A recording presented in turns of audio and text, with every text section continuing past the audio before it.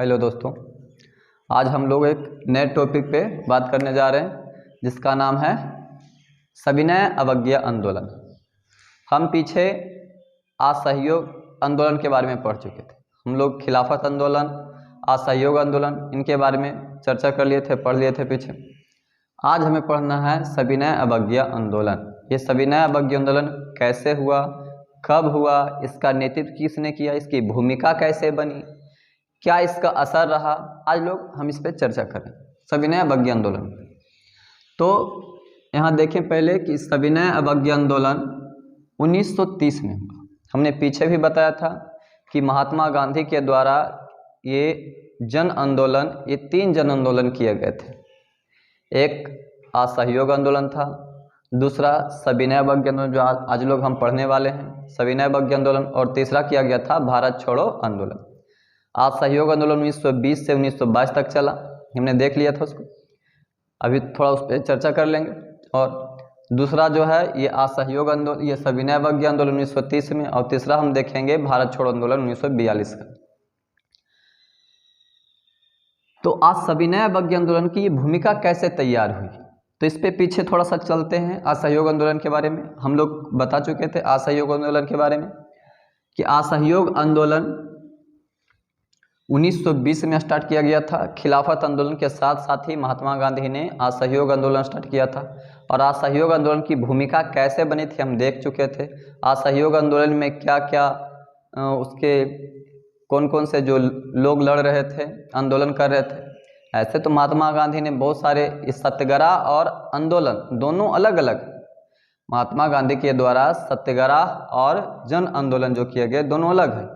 जिससे सत्याग्रह में महात्मा गांधी का जगह चंपारण सत्याग्रह, भारत में सबसे पहला सत्याग्रह महात्मा गांधी का था चंपारण सत्याग्रह जो बिहार में पड़ता 1917 में। तो उस सत्याग्रह था, लेकिन आंदोलन जो जन आंदोलन थे वो महात्मा गांधी के द्वारा किया गया पहला जन आंदोलन था असहयोग आंदोलन, दूसरा सविनय अवज्ञा आंदोलन। देखो ये कैसे स्टार्ट होती है, इसकी भूमिका कैसे तैयार होती है, इसकी भूमिका कैसे तैयार होती है। भूमिका मुख्य रूप से जो है ये असहयोग आंदोलन से ही मुख्य रूप से तैयार होने लगा था। असहयोग आंदोलन में जब राजनीतिक जो कार्यकर्ता थे, राजनीतिक जो सब नेतागण थे, उनको जब गिरफ्तार कर लिया था अंग्रेजों के द्वारा, तब महात्मा गांधी ने 1 फरवरी को, कितने फरवरी को, 1 फरवरी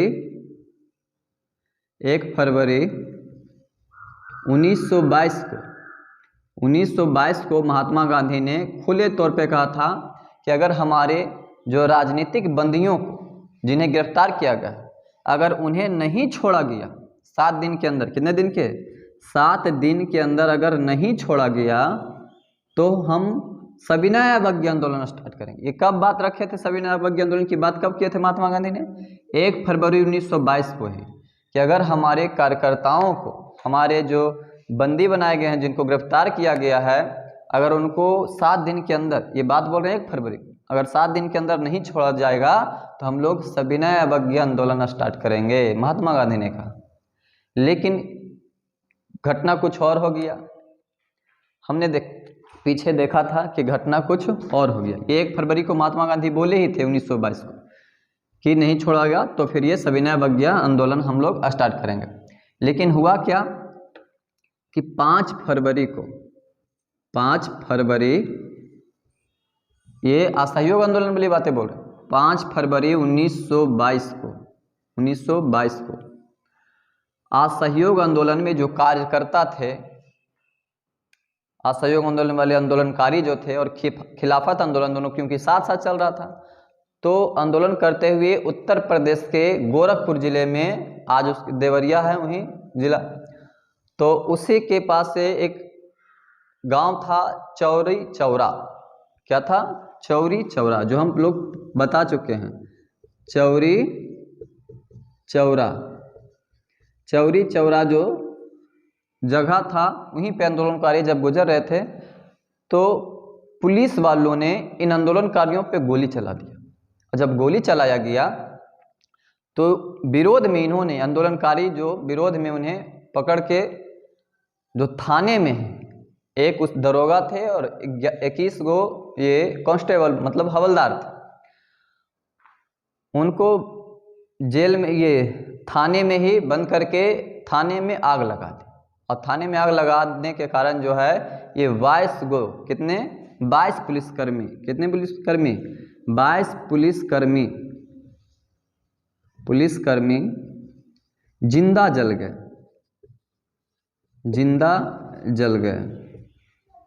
ये घटना 5 फरवरी, 1 तारीख को महात्मा गांधी ने बोला था 1 फरवरी 1922 को कि अगर नहीं छोड़ा जाएगा आंदोलनकारियों को, जो भी नेतागण गिरफ्तार किए, तो हम आज सविनय अवज्ञा आंदोलन स्टार्ट करेंगे। लेकिन घटना हो गया 5 फरवरी 1922 को, चौरा चौरी की जगह 22 पुलिसकर्मी को आंदोलनकारियों ने जिंदा जला दिया। और इस टाइम महात्मा गांधी बारदोली में थे, गुजरात में ही। तो इससे महात्मा गांधी आहत हुए और उन्हें लगा कि ये आंदोलन जो है अहिंसा के बल पे ना चल के ये हिंसा करने जा रहे हैं। और महात्मा गांधी ने कांग्रेस की कार्यकारिणी परिषद को बुलाया, बैठक में हुई बारदोली में ही, गुजरात में ही थे।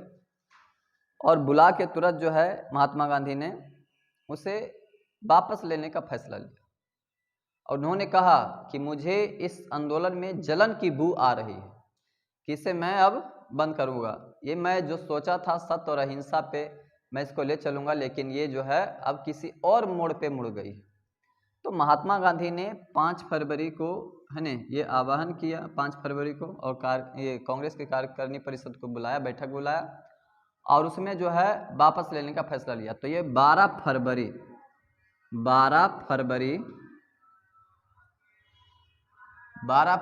1922 को, 12 फरवरी 1922 को महात्मा गांधी ने ये असहयोग आंदोलन वापस ले लिया। तो 12 फरवरी 1922 को असहयोग आंदोलन समाप्त हो चुका था। तो हमने यहाँ तक पढ़ा था, और इसी में हम ये मेन इसमें बताना चाह रहे थे सविनय अवज्ञा आंदोलन की बातें कब निकल के आई। तो ये 1 फरवरी 1922 को, 1 फरवरी 1922 को है ना, 1 फरवरी 1922 को निकल के ये बातें आई कि सविनय अवज्ञा आंदोलन स्टार्ट करेंगे। लेकिन उस टाइम तो स्टार्ट हो पाया नहीं। जब वापस सब सारे जो जेल में जो लोग थे, महात्मा गांधी को छोड़कर जितने भी बड़े अधिकतर जो नेता थे सब जेल में बंद थे। तो उनसे बहुत सारे नेता रुष्ट हो गए, गुस्सा हो गए कि आपने ये आंदोलन इतना अच्छा से चल रहा था, ये असहयोग आंदोलन, फिर आपने वापस क्यों ले लिया इसे। और बहुत सारे नेताओं ने बोला कि जब कोई आंदोलन होता है तो उसमें 22-23 को मरना कोई है ना बड़ी बात नहीं है। उसमें आंदोलन में जाना है, मरता है जाने। लेकिन आंदोलन जब हम इतना बड़ा आंदोलन कर रहे हैं तो उसमें उतना हमें संकट, उतना विचलित नहीं होना चाहिए। महात्मा गांधी बहुत सारे विरोध हो गए थे, लेकिन फिर भी जो है कुछ नेताओं ने उनका समर्थन किया। बाकी ये वापस ले लिया गया आंदोलन। तो ये असहयोग आंदोलन वापस हो गया। उसी के बाद फिर महात्मा गांधी ये अलग तौर पे चले गए है ना, समाज ये राजनीति से दूर जाके सामाजिक जीवन में जीने लगे, समाज का भला करने लगे जाके आगे जल के, और राजनीति से थोड़ा दूरी बना ली। उसके बाद जो है धीरे धीरे बातें चल रही थी। साइमन कमीशन बीच में आया 1928 में, नेहरू रिपोर्ट लाया गया, वो सब हम पढ़ेंगे। साइमन कमीशन, नेहरू रिपोर्ट वगैरह सब जो लाया गया। स्वराज दल की स्थापना की, स्वराज जवाहरलाल नेहरू 1929 में जो है अध्यक्षता किया था। उसके बाद जो है 1930 में महात्मा गांधी अब राजनीति में फिर से आए, और लोगों ने कहा कि महात्मा गांधी को मनाया, और महात्मा गांधी को बोला कि अब ये टाइम है कि एक बड़ा आंदोलन करें। और महात्मा गांधी भी ये सोच रहे थे कि एक बड़ा आंदोलन फिर से किया जाए। और महात्मा गांधी ने ये मुख्य रूप से सविनय अवज्ञा आंदोलन जो स्टार्ट किया जाता है, क्योंकि भारतीय जो थे, भारतीयों को नमक बनाने का तक अधिकार नहीं दिया था अंग्रेजों ने, क्योंकि हमारे भारत में नमक बन रहे थे। और नमक जब बनाया जाता था तो ये समुद्री जो जल है, समुद्र से ही नमक बनते थे। लेकिन अंग्रेजों ने उस पर भी बैन लगा रखा था कि सिर्फ नमक बनाने का अधिकार अंग्रेजों का है, भारतीयों को कोई अधिकार नहीं है। और उससे अंग्रेज बना के उच्च दामों पे बेचता था, जबकि नमक बनाना एक सस्ता है। नमक जो है सभी घरों में होना चाहिए, सभी घरों में उपयोग होता है नमक का। इसी के कारण महात्मा गांधी ने सोचा कि यही मेन मुद्दा है कि अगर नमक कानून को हम लाएंगे तो नमक तो सभी घरों में चलता है। अगर हम इसको स्टार्ट करेंगे तो सभी लोग हमारी सहायता करेंगे, चाहे जौन सा धर्म का हो, हिंदू हो, मुस्लिम हो, सिख हो, ईसाई हो, कोई सा भी धर्म का हो, सबके घर में नमक जरूरी है ये, और ये नमक जो बनाने का अधिकार नहीं है उस पर मगर ये कानून, अगर नमक कानून को जब तोड़ देते हैं तो उस पर, और इसी से स्टार्ट कर देंगे सविनय अवज्ञा आंदोलन। तो महात्मा गांधी तेज तराक तो ही थे, लंदन से पढ़ के आए थे, है ना। तो उन्होंने ये आंदोलन स्टार्ट किया, और आंदोलन स्टार्ट कैसे किया? नमक कानून तोड़कर। बोले कि हम सबसे पहले सविनय अवज्ञा आंदोलन जो स्टार्ट करेंगे नमक कानून तोड़कर करेंगे। नमक कानून कैसे तोड़ेंगे? तो महात्मा गांधी ने जो साबरमती आश्रम की स्थापना किया था, महात्मा गांधी साबरमती आश्रम, साबरमती जो आश्रम था, साबरमती आश्रम, और यह साबरमती आश्रम कहाँ पड़ता है? तो ये गुजरात में ही है साबरमती आश्रम। ये साबरमती आश्रम से महात्मा गांधी ये चलकर कहा है आश्रय आईबेन किया इंटरव्यू कोई अभी तक नहीं आया उधर से परीक्षा देके ITI वाला, सब उधरे घूर, हाँ सब अभी उधरे घूर रहा है।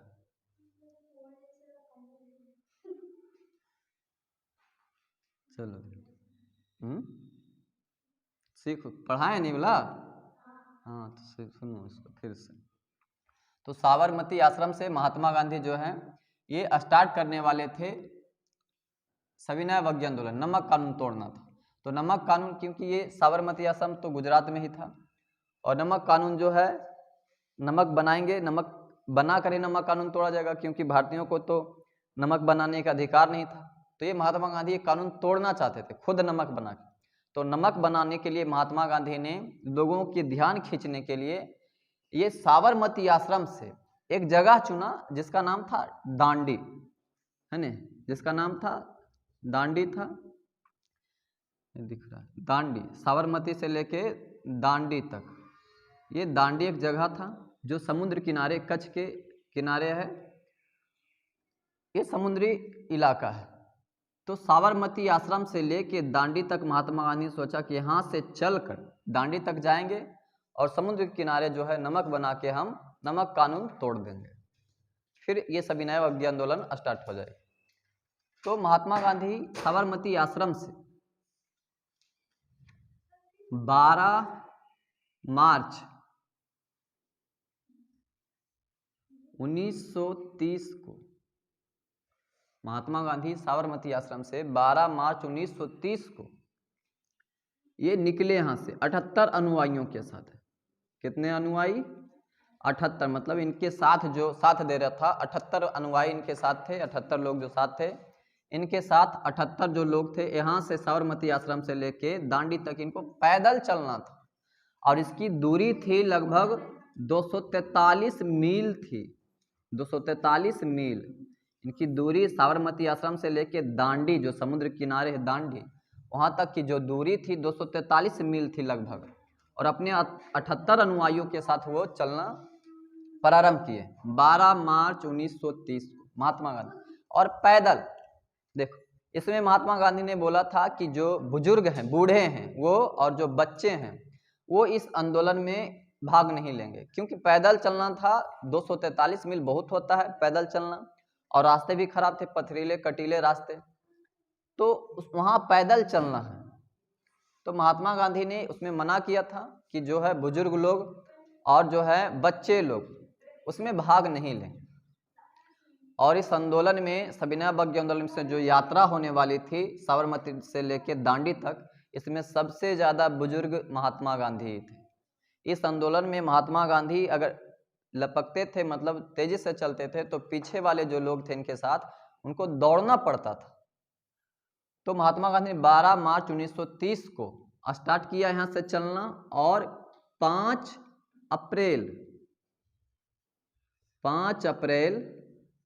1930 को दांडी पहुँच गए। शाम तक जो है 5 अप्रैल 1930 को महात्मा गांधी दांडी पहुँच गए। यहाँ 12 मार्च को चलना स्टार्ट किया 1930 में, और कब जाकर पहुँच गए? 5 अप्रैल 1930 को महात्मा गांधी दांडी पहुँचे। और यहाँ से यहाँ तक इनको आने में टोटल समय कितना दिन लग गया, लगभग 24 दिन, है ना, लगभग कितना दिन, 24 दिन लग गया इनको आने में यहाँ तक 78 अनुयायियों के साथ।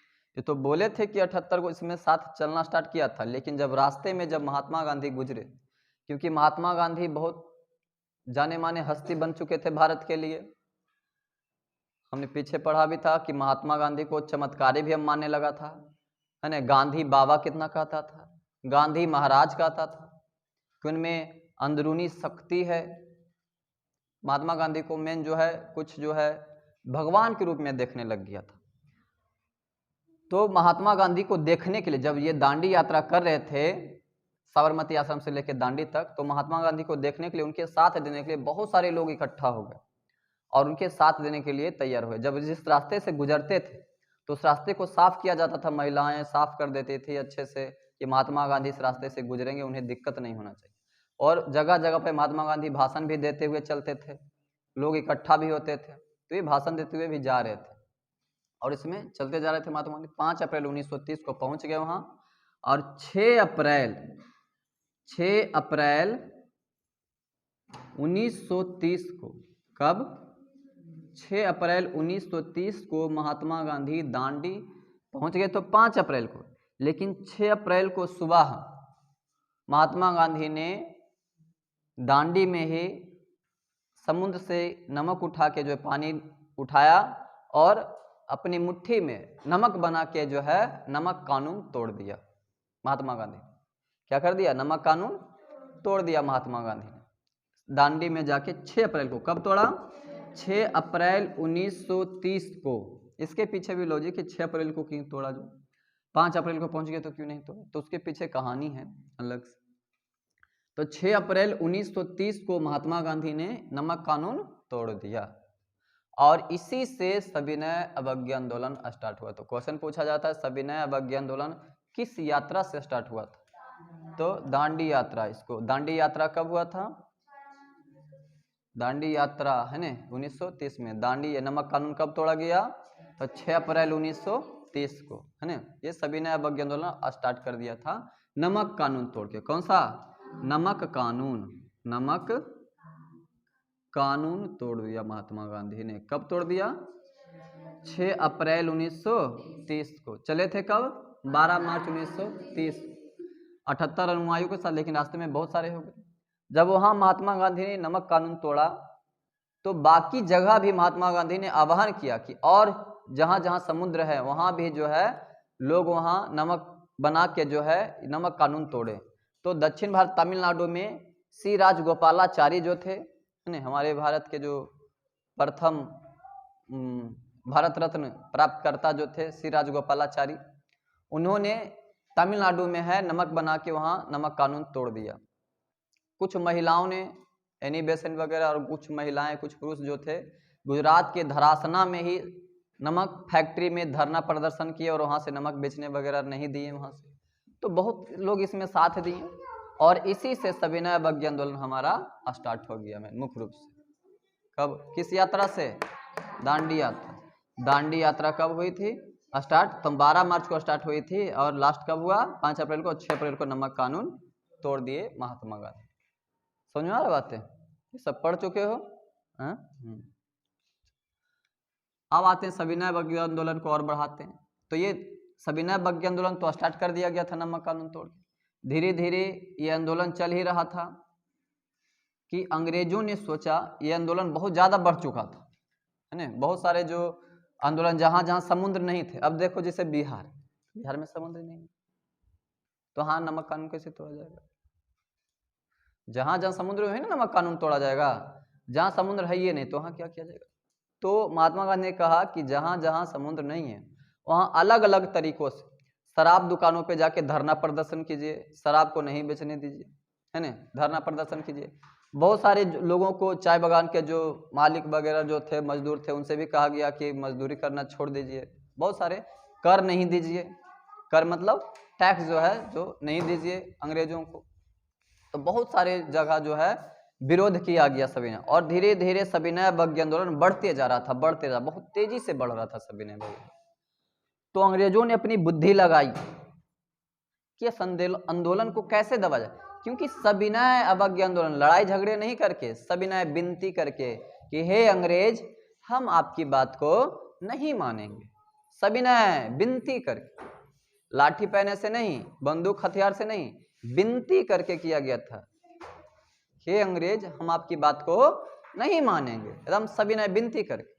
तो अंग्रेज को भी लग रहा था कि ये आंदोलन जो है ये कोई हथियार वगैरह लेकर नहीं करता, इसको दबाने में दिक्कत लग रहा था, ये मेन जो है शांतिपूर्ण से कर रहा था, तो दबाने में दिक्कत हुआ अंग्रेजों को, लेकिन फिर भी उसको दबाने के लिए एक साजिश रचा अंग्रेजों ने, और उसने 3 गोलमेज सम्मेलन बुलाया कि आप आइए, जो भी आपकी इच्छाएं हैं, जो भी चीजें हैं, आप गोलमेज सम्मेलन में आइए और वहां बात रखिए। तो अंग्रेजों ने 3 गोलमेज सम्मेलन रखा था। गोलमेज सम्मेलन मालूम है ना, जिसमें महात्मा गांधी कौन से गोलमेज सम्मेलन में भाग लिए थे? द्वितीय गोलमेज सम्मेलन। हाँ, तो द्वितीय दूसरा क्या कहता है? द्वितीय दूसरा क्या कहता है, हुआ है ना? तो द्वितीय दूसरा गोलमेज सम्मेलन में भाग लिए थे। फिर जब वहां चले गए थे, महात्मा 11 सूत्री मांग भी रखे थे महात्मा गांधी, लेकिन जब वहां गए तो खाली हाथ उनको लौटना पड़ा था। भीमराव अम्बेडकर जो है, इनमें जो विवाद कुछ हो गया था ये पृथक निर्वाचन के लिए, तो असफल रहा। फिर वहां से आए, फिर महात्मा गांधी ने दूसरा सविनय अवज्ञा आंदोलन स्टार्ट करने के लिए सोचा और 1932 में स्टार्ट भी कर दिया, लेकिन उसका कोई खास प्रभाव नहीं रहा। 1934 में फिर वो महात्मा गांधी ने वापस ले लिया था। तो 2 चरण में होता है सविनय अवज्ञा आंदोलन। तो पहला चरण में 1931 तक चलता है, फिर सब ये चले जाते हैं कहाँ? गोलमेज सम्मेलन में, तो वो तो खत्म हो जाता, तब तक उधर गोलमेज सम्मेलन में जाते हैं महात्मा गांधी, तब तक कहने सविनय अवज्ञा आंदोलन जो आंदोलन कर रहे थे सबको दबा दिया, खत्म कर दिया। महात्मा गांधी ने बोला था भी कि हम सविनय अवज्ञा आंदोलन वापस भी ले लेंगे अगर सफल रहा तो, लेकिन सफल नहीं रहा। तो महात्मा गांधी वहां से आए, फिर लंदन से फिर से स्टार्ट कर दिए द्वितीय सविनय अवज्ञा आंदोलन, द्वितीय सविनय 1932 में, और 1934 तक चला। 1934 में वापस ले लिए महात्मा, उतना वर्चस्व वाला नहीं रहा था, तो इसलिए महात्मा गांधी उसे फिर वापस ले लिए। तो ये हमारा सविनय अवज्ञा आंदोलन था।